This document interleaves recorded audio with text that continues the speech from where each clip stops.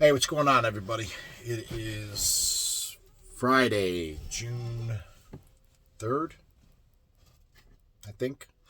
Anyway, I know I've been fucking up this Wednesday thing, but I just got a lot going on, man. My wife is moving her salon, and her old landlord told her one thing, and then the last second did another, so we're kind of jammed up. I was actually supposed to be on my way to Alabama to go to one of my brother Eclipse's wedding, and I can't leave my wife at this time right now. I got to help her out, man. So anyway, long story short, it's Friday, and now I'm giving you a video, so deal with it.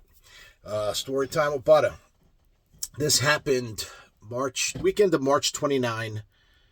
I want to say 2012. I think it's chapter 13 in the book.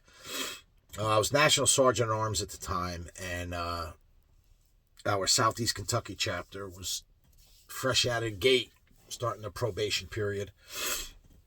So Lee sent me out there just to get them a report, see how they're doing. And I loved going out there, man. I love going out there. I love that area. I love the people out there. Anyway, but Will was there, so I really wanted to hang out with him. So he had Bernie also came out. Bernie from our Devil's Elbow chapter. He met me there. And the clubhouse at the time was Frank's Garage. They had we actually went also to check out they were going to lease a property. We were going to check that out. So I remember all day we checked out the property, went into town, into Corbin, had some lunch and stuff, met some locals and all of that. Go back to the clubhouse. And there was a pool table in there. We're just shooting some pool and stuff. And there was a couple of good old boys there from the neighborhood. They had this one probate. His name was Henry. And just from looking at him, like when I first met him, first impressions, I was like, yeah, this guy ain't going to cut the mustard, And I was right. My first impression was right. My gut was right. I don't know, about an hour or two into it, whatever, this good old boy is at the bar, and he's talking to Henry like he's a fucking redheaded stepchild, and he's really getting mouthy with him. And Henry is just standing behind the bar, not doing a fucking thing. So I call him over, and I said, hey, man, why are you not beating that guy's fucking face in? He goes, him and I go back a long way. We're old buddies, blah, blah, blah. He gets like this when he gets a few in him, da-da-da-da-da, whatever. I said, okay, man. I says, you do what you think is right. So he went back behind the bar, and not 2 minutes later, this guy's fucking ragging on him again, and I couldn't take it no more. So I walk up behind him, and lo and behold, he's taller than me. So I tap him on the shoulder, and he turns around. I'm like, hey, Chief. He's like, what the fuck? Boom. I fucking crush him with a forearm to the side of his fucking face. Folded him over, man. He crumples right down. So I looked at Henry and I said, hey, man, that's what you do to somebody that talks to you that way, especially when you got this on. And, I held up my colors a little bit. I said, you don't let your mother talk bad to you, man, when you got this on. That's all there is to it.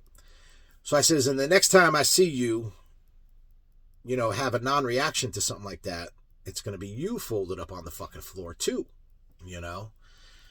So old boy starts waking up. And they're fucking, they're walking him out. And he turns around and starts mouthing off to me again. And Frank fucking lefts and rights him, drops him again. He gets up and he's walking out, down the driveway out to his bike. And I'm going to come back here and I'm going to kill you. And da-da-da-da-da. And okay, thank you for supporting, take care, buddy, So I guess it was about, I don't know, maybe an hour later or whatever, we hear a bike roll up, and I look at this dude. So I'm like, I'm in Kentucky. If he didn't have a gun on him already, he just went home and got one. That's what I'm figuring, So he starts coming up the driveway. And I'm looking at Henry. I'm waiting for Henry to go redeem himself. Feet are stuck in cement, man. He ain't moving. So dude gets about halfway up the driveway, and I fucking pulled out my pistol, man. And I'm like, take one more step, man. Double tap time. I don't know what you're doing. He's threatening me. He's going to burn the clubhouse down. He knows I'm sleeping in it tonight, blah, blah, blah. So he stops dead in his tracks, And he goes, oh, fucking Henry owes me $20. So I'm still amazed that Henry's letting this guy, just walk up the driveway. And so I said to Henry, I said, hey, man, you owe this dude $20. And he's like, yeah. I said, well, give him the fucking money and just tell him to get the fuck out of here already, So he walks up to him, gives him the money.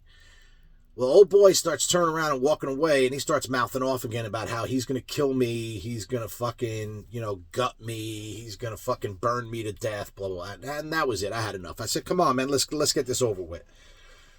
So I grab a pool stick off the fucking pool table, man, and I'll give old boy credit. He came a-rushing. He came right into it. He was ready to go.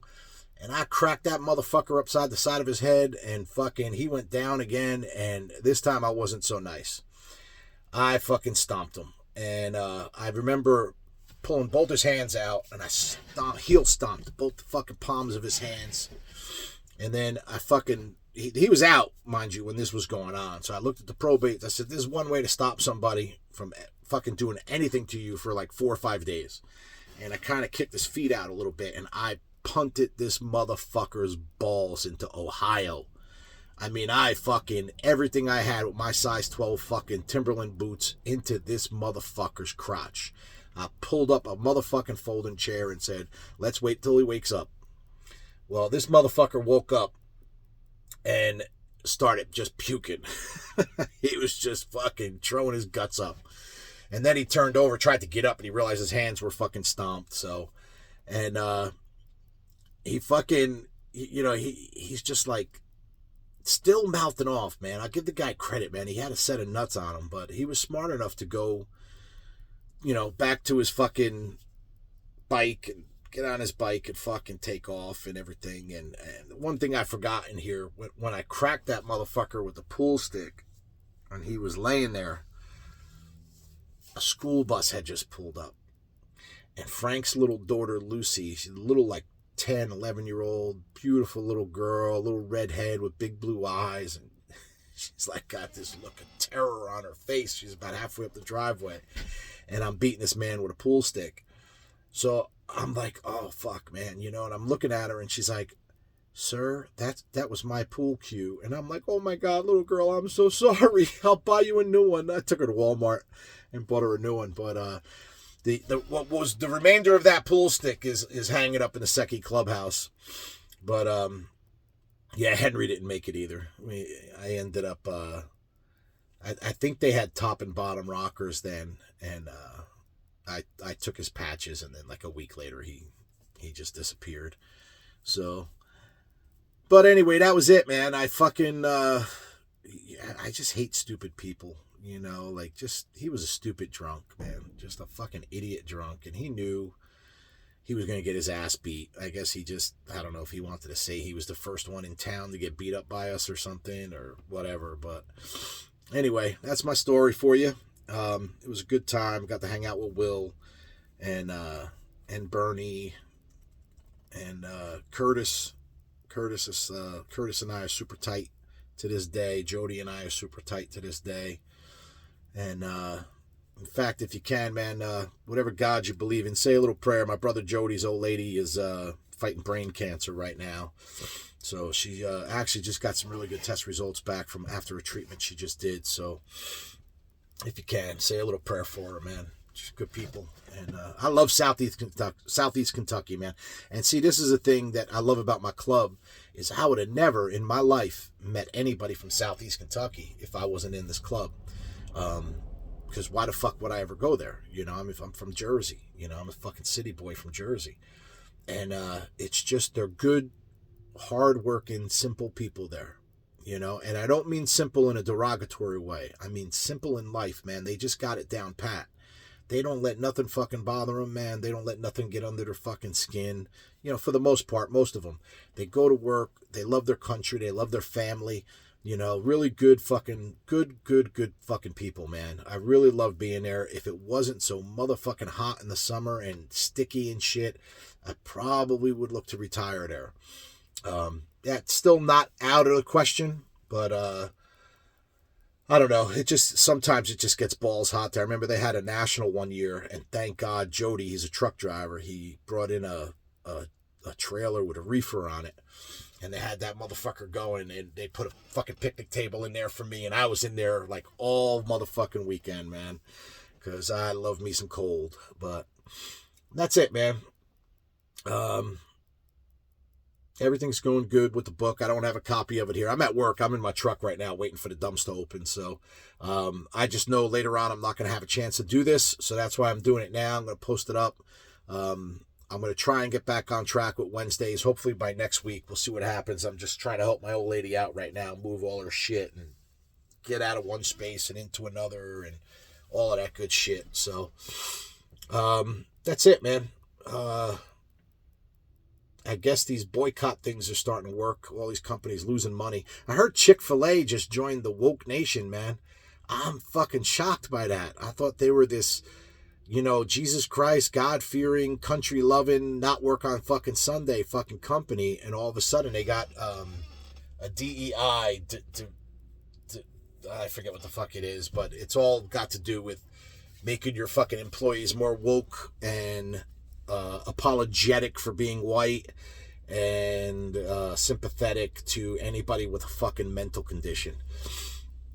Because that's all that shit is, man. I don't care what anybody says. If you want to lop your cock off to become a woman, you got a serious fucking mental problem, motherfucker.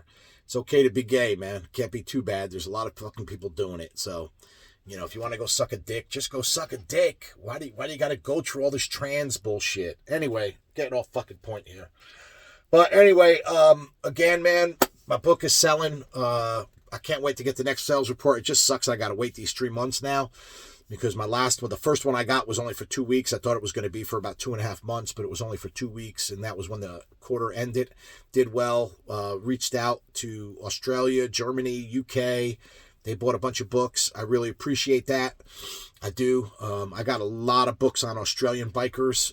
Guys I don't know, clubs I don't know, but now I know something about them because I reached out and wanted to expand my mental capacity of our lifestyle and see how other people are doing it, man, and see how other people are doing in other countries and stuff. So I hope that you guys in other countries, if you're seeing this, I hope you buy one and read it and pass it on and leave a review, all that crap, man, So I'm just a fucking biker from New Jersey in the United States trying to fucking give you something good to read. So anyway, I love you. God bless you. God bless America. God bless our troops. And God bless Donald Trump. And don't drink the Kool-Aid, people. Hey, and also, man, prayers out to Jamie Foxx, man.